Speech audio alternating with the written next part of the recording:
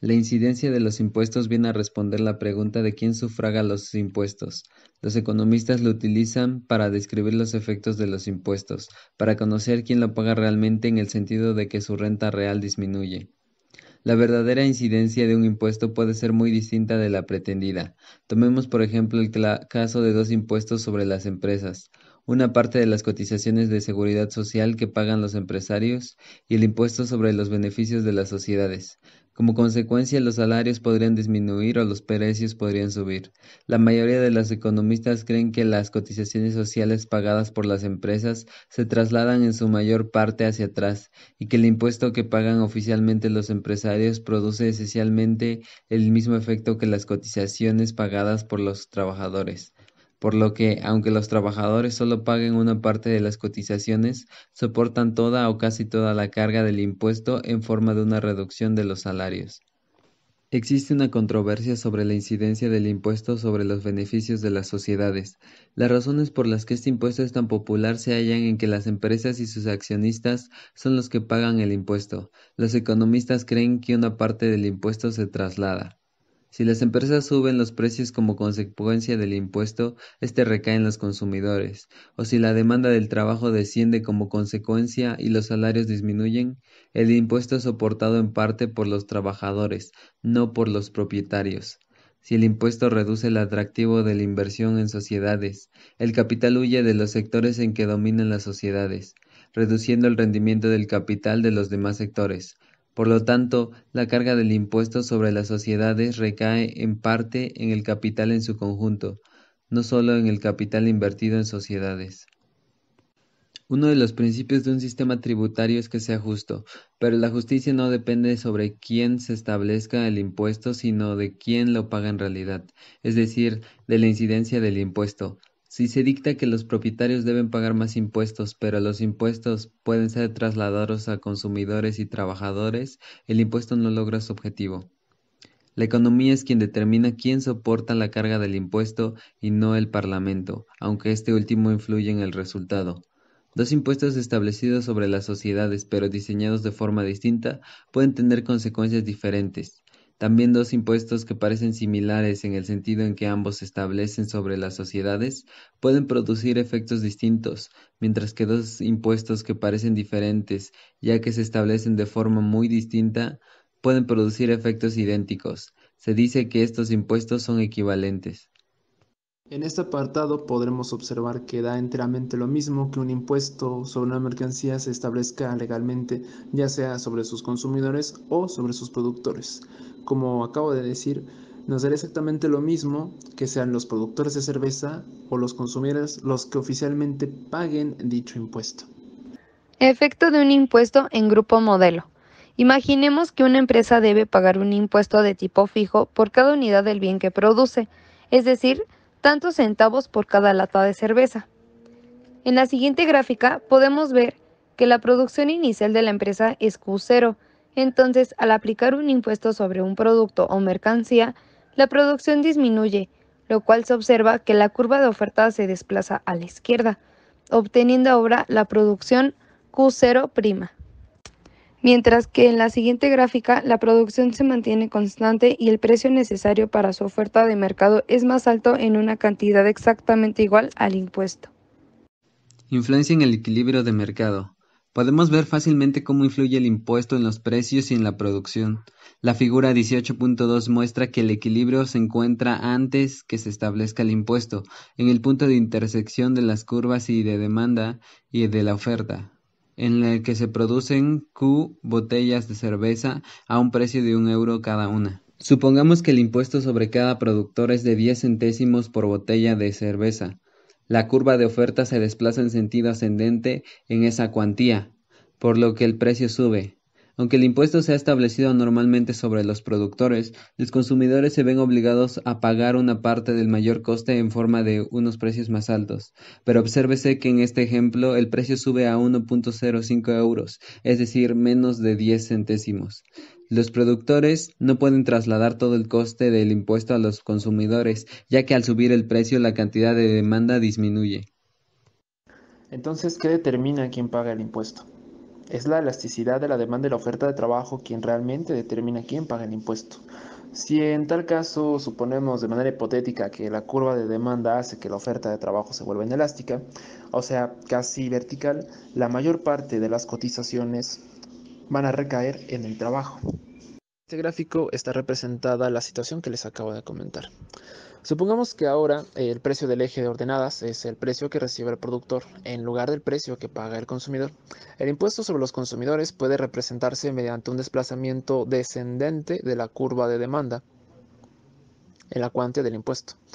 Es decir, si el productor recibe P1, el consumidor debe pagar P1 más T, que T es nuestro impuesto, y el nivel de demanda es Q1, como lo sería si en la situación anterior a la existencia del impuesto los productores hubiesen cobrado P1 más T.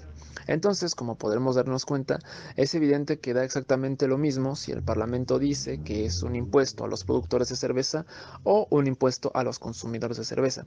No se ve afectada de ninguna manera la curva de demanda o la curva de demanda antes de deducir el impuesto o después de deducir el impuesto. Vamos ahora qué ocurre en el caso de que el Parlamento decidiese aprobar la introducción de un impuesto sobre la cerveza, pero esta vez el Parlamento decide que serán los consumidores quienes paguen un impuesto de 10 céntimos. Al Parlamento no le interesa en lo absoluto quién lo pague o quienes reciben el dinero que pagan. Solamente le interesa el coste total de la cerveza, de la misma forma que a los productores solamente les importa la cantidad que reciben. Impuestos ad valorem frente a impuestos específicos. Un impuesto ad valorem es un impuesto que es un porcentaje fijo del precio. A comparación del específico, es un impuesto que es una cantidad fija por unidad comprada. Un ejemplo en la aplicación de ambos impuestos es el siguiente. Si un producto tiene una imposición de arancel ad valorem de 5% y además posee un impuesto específico de 16 euros por toneladas, tendremos que, para una importación de 2 toneladas con valor de 700.000 euros, se pagaría impuestos aduaneros 700.000 por el 5%, que nos daría de resultado 35.000 de arancel ad valorem. De arancel específico sería 2 por 16, que nos da 32. Por tanto, se pagaría un total de impuestos arancelario de 35.032 euros. En la gráfica se puede observar que se tiene un producto cuya cantidad es D1, con un precio de D0, el cual tiene un equilibrio E0. Cuando se establece el impuesto ad valorem, la recta desciende hasta el punto de equilibrio E1. Con un impuesto del mismo nivel en el equilibrio, la curva de demanda se desplaza en sentido descendente, en la misma cantidad en ese nivel de producción y por lo tanto, la producción de equilibrio, los ingresos fiscales, los precios pagados por los consumidores y los precios percibidos por los productores son iguales. El efecto de la elasticidad. La cuantía en que sube el precio, que es el grado en que los consumidores soportan un impuesto, depende de la forma de las curvas de demanda y de oferta, no de sobre quién se establezca el impuesto. En dos casos extremos, el precio sube los centésimos, por lo que los consumidores soportan toda la carga del impuesto. Ocurre cuando la curva de oferta es totalmente horizontal, como en el panel A de la figura 18.5, o cuando la curva de demanda es totalmente vertical, los individuos insisten en consumir una cantidad fija de cerveza independientemente del precio, como en el panel B. También hay dos casos en los que el precio que pagan los consumidores no sube en absoluto, es decir, en que el impuesto recae enteramente en los productores, como muestran los paneles A y B de la figura 18.6. Ocurre cuando la oferta es totalmente vertical, la cantidad ofrecida no depende en absoluto del precio, o cuando la curva de demanda es totalmente horizontal.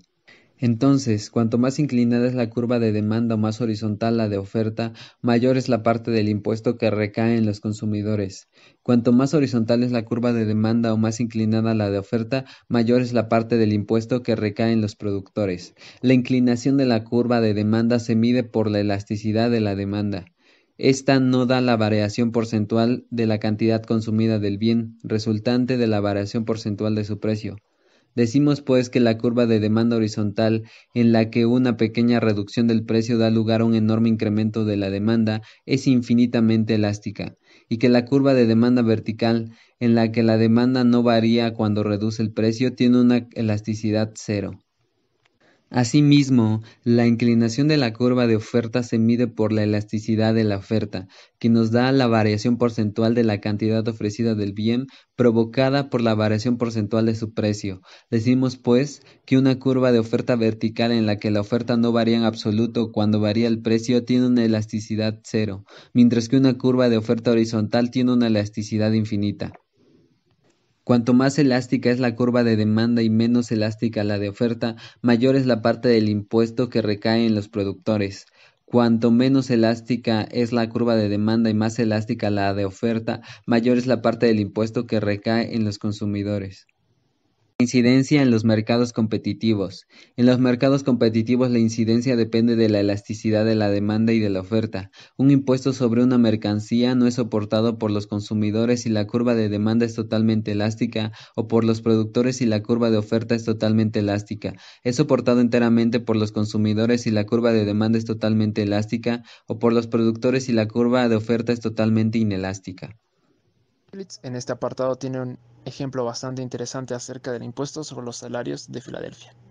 Nos comenta que en algunas ciudades, como es el caso de Filadelfia, recaudan impuestos sobre los salarios, de tal forma de que los trabajadores pueden elegir en dónde trabajar, ya sea en Filadelfia o en cualquier otro lugar. En dado caso de que su renta salarial, una vez deducidos los impuestos, no vaya acorde con lo que puedan ganar en otro lugar, entonces pueden abandonar Filadelfia y buscar empleo en cualquier otra ciudad, debido a que las empresas no podrían contratar más trabajadores. Asimismo, los dueños del capital pueden elegir si invierten en Filadelfia o invierten en cualquier otra ciudad, y si su rendimiento no va acorde con el que reciben en cualquier otro lugar, entonces no van a invertir en Filadelfia. En todo caso, el impuesto no afecta de ninguna manera a los salarios, ni al rendimiento del capital una vez determinados los impuestos que son deducidos. Entonces, ¿quiénes o quién pagan los impuestos? Solamente los factores que no son movibles. En este caso, la tierra no es un factor movible, sino que tiene una oferta inelástica. Entonces, digamos que todo el impuesto recae en la tierra. Hemos comentado en anteriores puntos que si la elasticidad de la oferta de trabajo o de alguna mercancía es cero, entonces el impuesto va a recaer de forma total en el oferente. Un ejemplo de este tipo puede ser la tierra fija, de forma que si se agrava, entonces toda la carga del impuesto recae en sus propietarios. Un ejemplo de un factor que tiene oferta inelástica es el petróleo. Por tanto, un impuesto en este va a recaer en gran medida en los propietarios de los pozos petroleros. Stiglitz nos dice que debido a que una desproporcionada parte del petróleo mundial pertenece a las personas que no viven en ciudades que consumen petróleo, entonces tienen un incentivo más que claro para introducir un impuesto de cualquier tipo sobre este. Pero de forma casi natural, los propietarios de pozos de petróleo se oponen de manera firme a estos impuestos y constituyen en los países productores un grupo de presión bastante grande como para lograr sus propósitos. Stiglitz nos menciona que para nadie es extraño que en Estados Unidos los impuestos sobre el petróleo sean bastante menores que en la mayoría de los países de Europa Occidental. Como dije en el anterior punto, los impuestos establecidos sobre los factores de producción totalmente inelásticos son soportados casi en su totalidad por los propios factores, pero los impuestos sobre los factores totalmente elásticos no son soportados por los factores gravados. Estos se trasladan enteramente. Esto que podría pasar de alguna manera desapercibida tiene bastantes repercusiones en la política tributaria, porque normalmente se podría considerar que la oferta de capital en un pequeño país es muy elástica, de la misma manera que una pequeña empresa debe considerar dado el precio que paga por el capital. Lo mismo pasa con un pequeño país en el mercado mundial. El país entonces no podrá conseguir que entre capital si paga un tipo de interés inferior al del mercado, pero al tipo de mercado puede obtener todo el capital que pueda absorber dicho país. La incidencia de los impuestos en las situaciones en las que no hay competencia perfecta. En ausencia de impuestos, un monopolista elige el nivel de producción en el que el coste de un aumento de la misma, o sea, el coste marginal, es exactamente igual al ingreso adicional por ventas que su ingreso marginal. Para maximizar los beneficios, el monopolista fija, pues, un volumen de producción en el que el coste marginal es igual al ingreso marginal. Relación entre la variación del precio y el impuesto. Cuando analizamos el caso de una industria competitiva, mostramos que el precio subía normalmente en una cantidad menor que el impuesto, y que la magnitud de la subida dependía de la elasticidad de la oferta y la demanda. Los resultados son más complicados en el caso del monopolio. En primer lugar, cuanto más inclinada es la curva de coste marginal, menor es la variación de la producción, y por lo tanto, menor es la subida de precio. Con una curva de coste marginal totalmente vertical, no varían ni la producción ni el precio, el impuesto recae en los productores. Una curva de oferta o de coste marginal es totalmente vertical, sin ninguna subida de precio da lugar a un aumento de la oferta.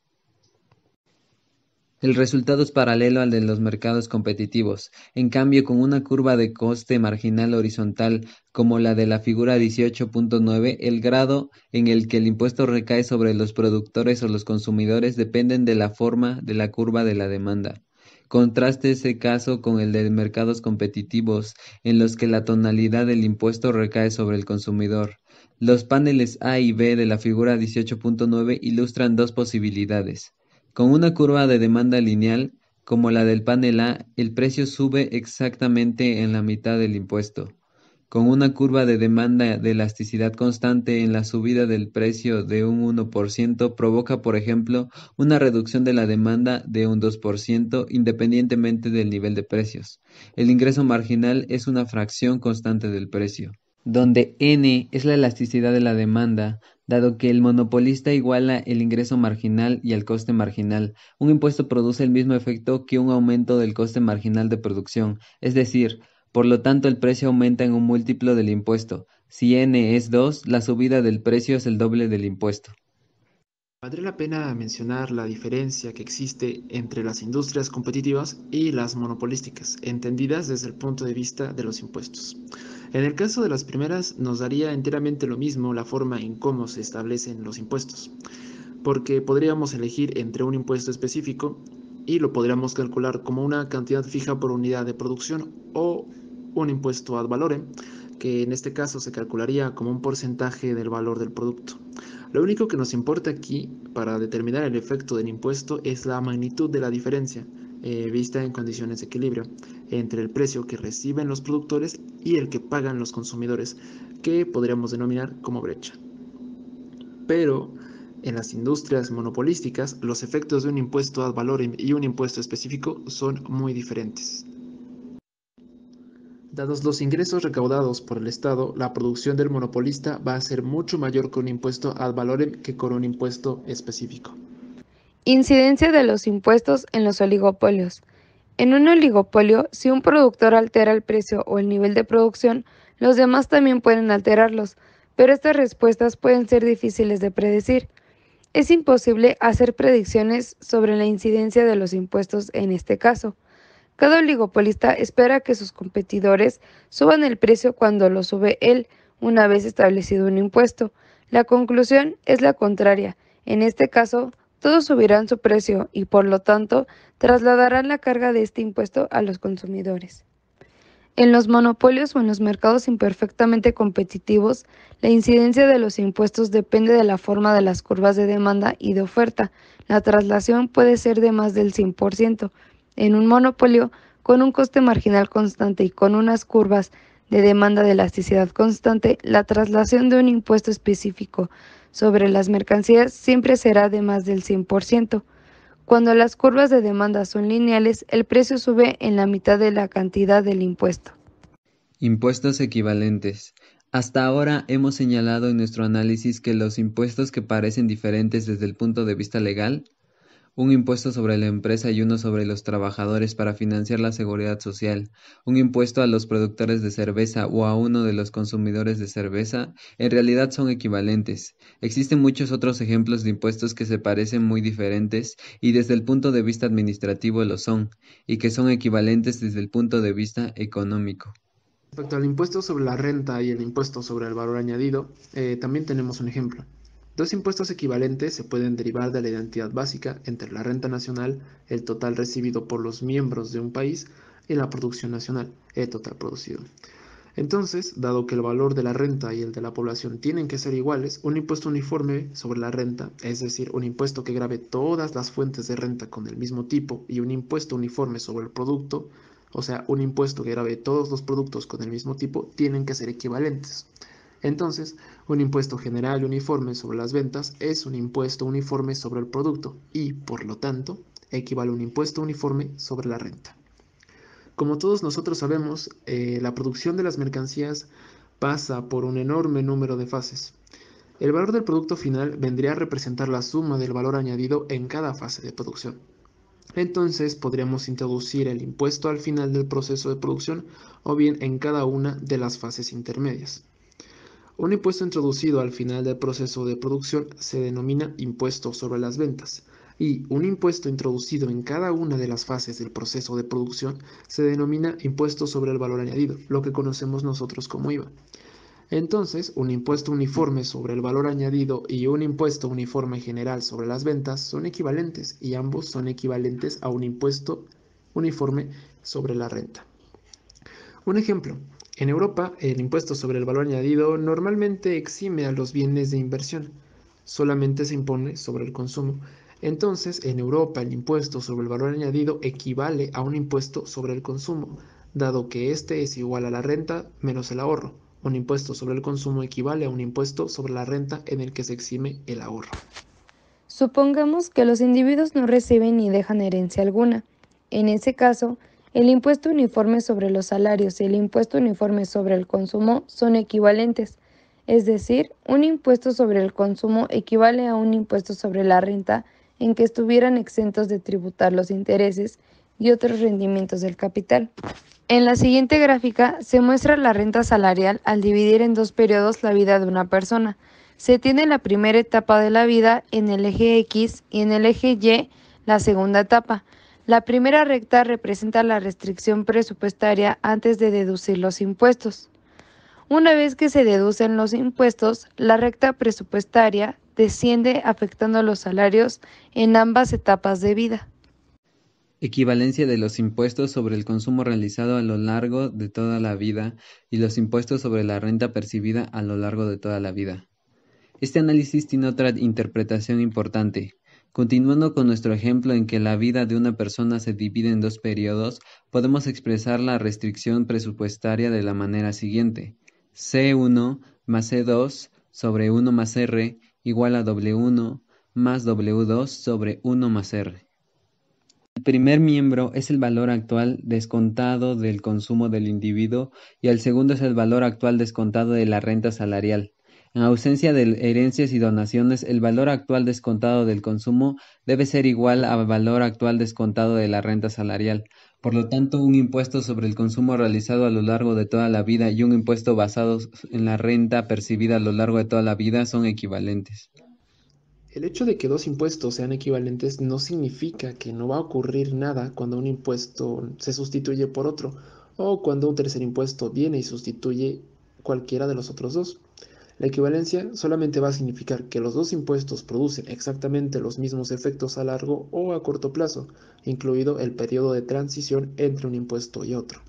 Los efectos pueden ser bastante distintos. Un ejemplo de esto sería el caso de la sustitución de un impacto sobre la renta obtenida a lo largo de toda la vida por un impuesto sobre el consumo realizado a lo largo de toda la vida. Debido a los problemas de la transición, los ancianos tendrían que pagar impuestos dos veces. ¿Por qué dos veces? Una primera vez en su juventud, o sea, pagarían impuestos sobre los salarios, y una segunda vez en su jubilación pagarían impuestos sobre su consumo. O podríamos suponer que se establece un impuesto sobre el valor añadido, sobre el IVA. A corto plazo podría parecer que los precios que pagan los consumidores suben y sería bastante posible que a corto plazo se puedan trasladar a los consumidores una parte mayor de la carga del impuesto, que si esos mismos ingresos se recaudaran por medio de un impuesto sobre la renta. Otros factores que afectan a la incidencia de los impuestos. Hasta ahora hemos mostrado que lo que determina sobre quién recae un impuesto no es lo que diga la ley, sino ciertas propiedades de las curvas de demanda y de oferta y la naturaleza del mercado, es decir, su carácter competitivo, monopolístico u oligopolístico. Incidencia de los impuestos en condiciones de equilibrio parcial y equilibrio general. Para un análisis completo de la incidencia de los impuestos se ha de tener en cuenta los siguientes factores.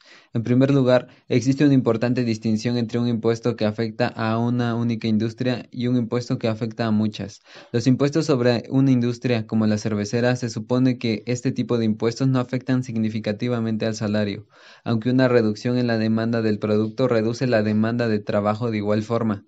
Este tipo de análisis, en donde se supone que todos los precios y salarios en los que no se centra explícitamente la atención permanecen constantes, se denomina análisis de equilibrio parcial. Desgraciadamente, muchos impuestos afectan a numerosas industrias al mismo tiempo. El impuesto sobre los beneficios de las sociedades afecta a todas las sociedades anónimas. Si como consecuencia del impuesto las sociedades mercantiles reducen su demanda de capital, el capital liberado no puede ser absorbido por el resto de la economía sin reducir el rendimiento del capital invertido en él. Por lo tanto, no debemos suponer que en el rendimiento que debe proporcionar la inversión inmobiliaria sea independiente del impuesto de sociedades. Para analizar el efecto de un impuesto de esta clase es necesario analizar el equilibrio de toda la economía y no solo de las industrias en las que está introducido el impuesto. Ese tipo de análisis se denomina análisis de equilibrio general. Existen muchos casos en los que la influencia de un impuesto en el equilibrio general puede ser muy diferente de su influencia en el equilibrio parcial. Así, por ejemplo, si el capital puede desplazarse con relativa facilidad de las sociedades anónimas al resto de la economía, el impuesto sobre los beneficios de las sociedades debe recaer en el capital de los dos sectores de la economía. Ambos capitales deben tener el mismo rendimiento una vez deducidos los impuestos.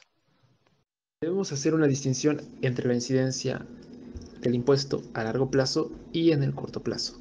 En este último existen muchas cosas fijas que pueden variar a largo plazo, pero aunque el capital esté utilizándose en ese momento en una industria, como por ejemplo lo menciona aquí Stiglitz en la siderúrgica, no puede trasladarse de manera fácil a otra, pero en el largo plazo las nuevas inversiones pueden desviarse a otras industrias. Así, un impuesto sobre el rendimiento del capital en la siderurgia puede producir efectos muy distintos a largo y a corto plazo. Si el ahorro está sujeto a impuestos, entonces el efecto a corto plazo puede ser bastante mínimo, pero a largo plazo puede reducir los incentivos para ahorrar, lo que va a provocar una reducción en el stock de capital. Entonces, dicha reducción en el stock de capital va a reducir también la demanda de trabajo y, junto con esta, su productividad, lo que también va a provocar a su vez una disminución de los salarios. Entonces, como consecuencia, el impuesto sobre el ahorro o el capital puede incidir a largo plazo en los trabajadores, aun cuando no incida en el corto plazo.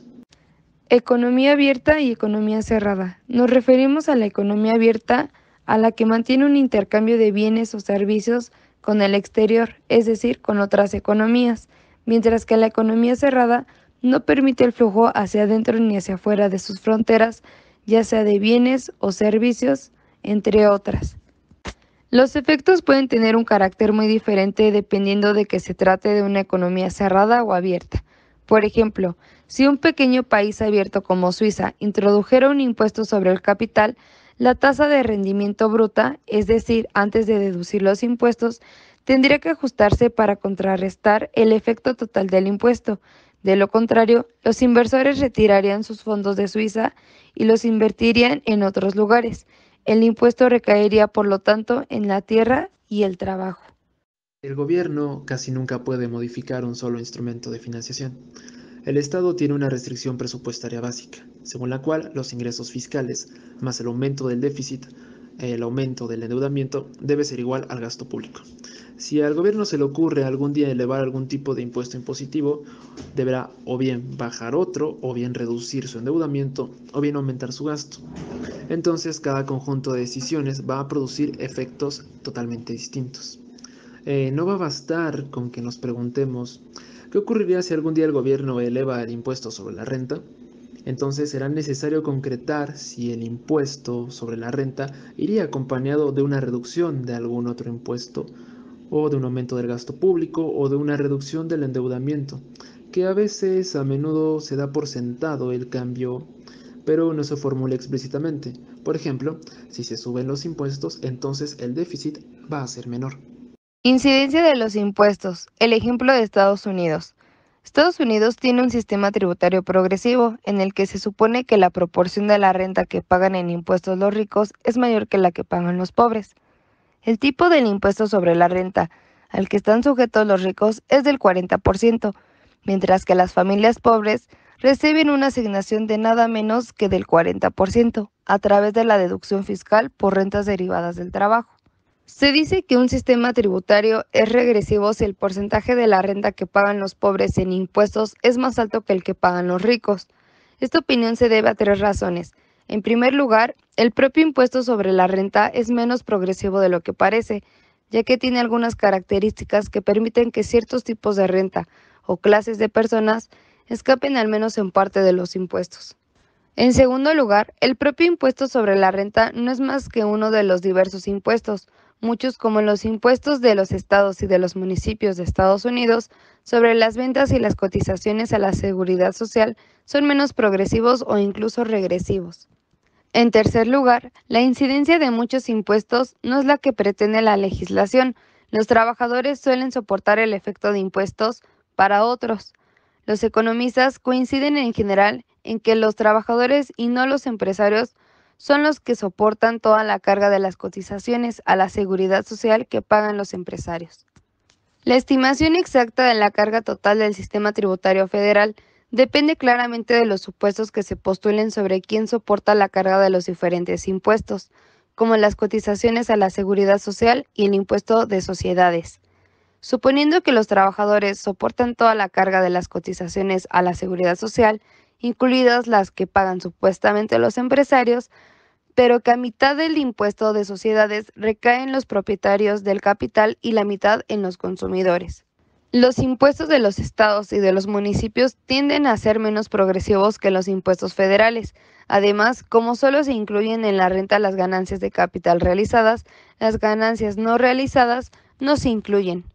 Si se incluyeran, el tipo impositivo efectivo de los estadounidenses más ricos sería más bajo.